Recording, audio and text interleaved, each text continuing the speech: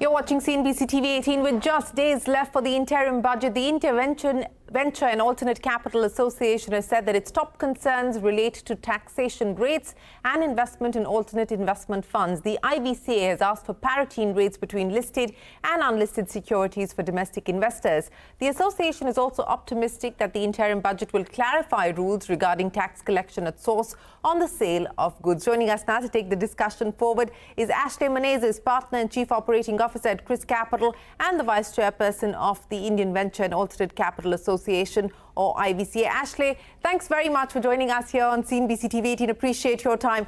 Well, technically, this is a vote on account. So typically, they don't tinker with taxes in a vote on account. But this is the last interim budget before the general elections. There's been a lot of consultation with government over the past year or so. What are the crucial aspects that you want a clarification on?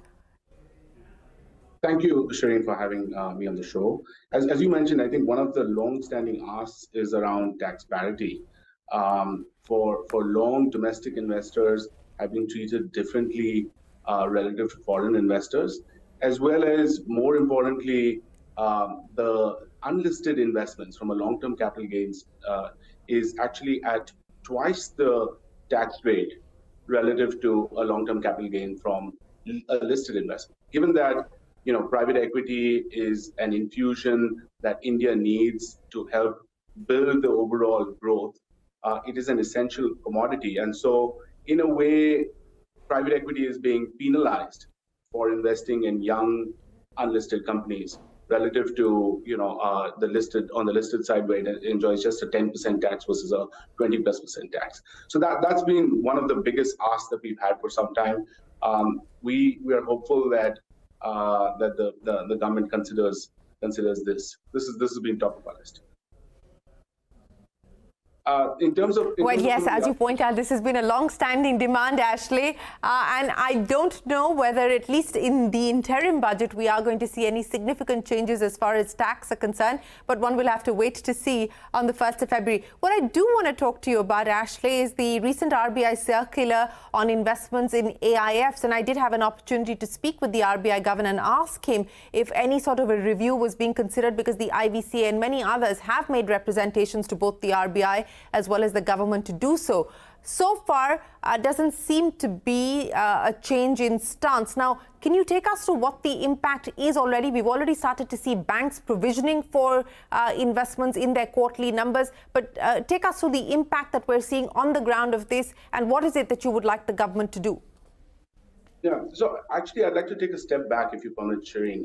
One of the bigger issues is in India, a lot of the private equity capital is still overseas capital.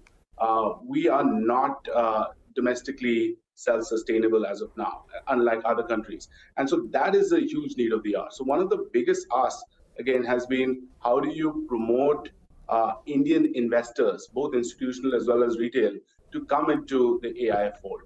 And so around that, when you have disturbances around what can be done and how it can be done, it just ends up being it's a hard battle to fight, right? And then we've seen some of the institutional investors say, look, it's not worth our time. We'd rather spend our time and effort on other aspects versus investing in private equity. And that is a detriment, right? Because effectively then private equity is still dependent on foreign capital. You are dependent on what's happening globally versus local money. And I think that is a huge roadblock that we've seen. So the recent circular is one aspect we've seen that. We've also seen, insurance companies, pension funds, whilst they're permitted to invest in AIFs, in private equity, there are, again, a number of roadblocks that need clarification. So we've put together some of those proposals. We have sent it to the government, the Ministry of Finance, in the hope that they will consider these, because some of these are just pure technical clarifications and can clear the path very quickly. Yes, let's see if those clarifications do come through. But Ashley, one of the other, budget expectations across sectors and across industry, in fact, including NASSCOM, etc., is the direct listing of Indian origin foreign incorporated startups on Indian stock exchanges. We've seen PhonePe reverse flip, and the tax implications are significant. The hope is that we will see more companies that were domiciled outside of India now moving back. So what do you believe could be done to ensure that this reverse flipping is a smoother transition to be made? No, absolutely. I think 15 years ago, just flipping structures out of India was sort of the talk of the town. I think I'm glad to at least hear that we are now or see that we're experiencing this today. I think the introduction of regulations around GIFT City, etc., are a welcome step in terms of enabling some of this. Where you're encouraging companies to flip back into India. I think with the new breed of entrepreneurs who are based in India, it is essential to allow for this. And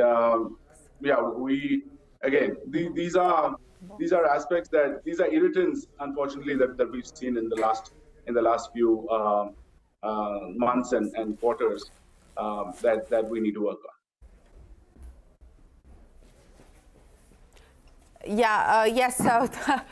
Plenty of irritants that require ironing out. But, overall, Ashley, in terms of the environment, we are at the start of 2024. The hope is that winter will now lead to spring as far as the startup ecosystem is concerned.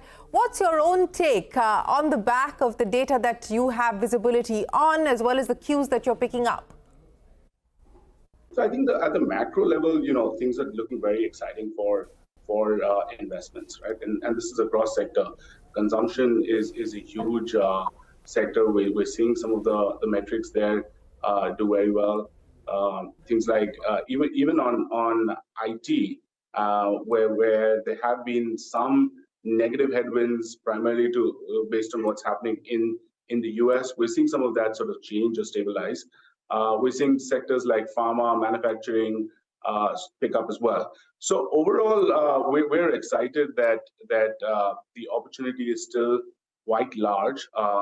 As a fund, Risk Capital has deployed a lot of capital, over $5 billion in India over the last few years, and we remain excited. And the next 10, 15 years definitely looks very, very exciting in terms of opportunities. In terms of types of transactions, again, the types of deals have improved in terms of just simple minority investments. We're seeing a lot more buyouts. We're seeing a lot of pre-IPO kind of transactions happening, and so that's encouraging where there is an opportunity to structure deals in the most appropriate manner. So you're meeting both the need for capital as well as the specific nuances of the sources of capital and marrying the two together. In terms of helping develop a stronger and a better deal environment. The IVC has put down a 7-point budget wish list. Go ahead, Ashley. Sorry, I lost my train of thought. So when to go? Now, I said the IVC has put together a 7-point budget wish list for the finance minister. You spoke about the need for tax parity. There's management fee capitalization, the ability to make Indian private equity VCs self-sustainable, ESOP tax, angel tax, startup qualification. If there was one, Ashley, that you would like to prioritize off this lot, what would it be? Which is causing the most friction, the most pain, the most frustration for the ecosystem today? Yeah, so I mean, the tax parity is obviously the biggest point, but I think the one that is relatively new, or well, not new, but has come back is the angel tax.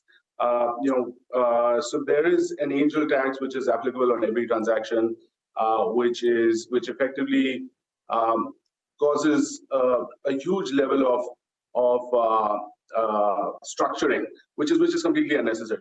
And in our minds, some things where a number of transactions are anyway approved by the regulator. So you may need to go to the Competition Commission for that. You may need to go to the RBI. in our minds, if there are deals that are already approved by a regulator, can there be some kind of a lighter touch or an exemption for going through the whole angel tax mechanism? I think that's one big thing that we're seeing in almost every deal where it's taking a lot more time, a lot more effort to work with. Well, Ashley, many thanks for joining us here on the CNBC TV 18 Budget Countdown. We've got the CNBC TV 18 Budget Ballot Box right here next to me. I'm going to be putting IVCA's 7-point budget wish list in the ballot box, which we are going to be sending out to Finance Minister Nirmala Sitharaman. Remember, these ballot boxes are placed across the country at this point in time, and we encourage each of our viewers to send us your budget wish list. We will get the Finance Minister to get access to all of this. This is troubling me. And there you go. That's the IVCA budget wish list in the CNBC TV 18 budget ballot box. And send us your wish list. We will try and see what we can do to get them across to the Finance Minister. As always, many thanks for joining us here on the Budget Countdown. We're back in a minute with a lot more. Stay tuned.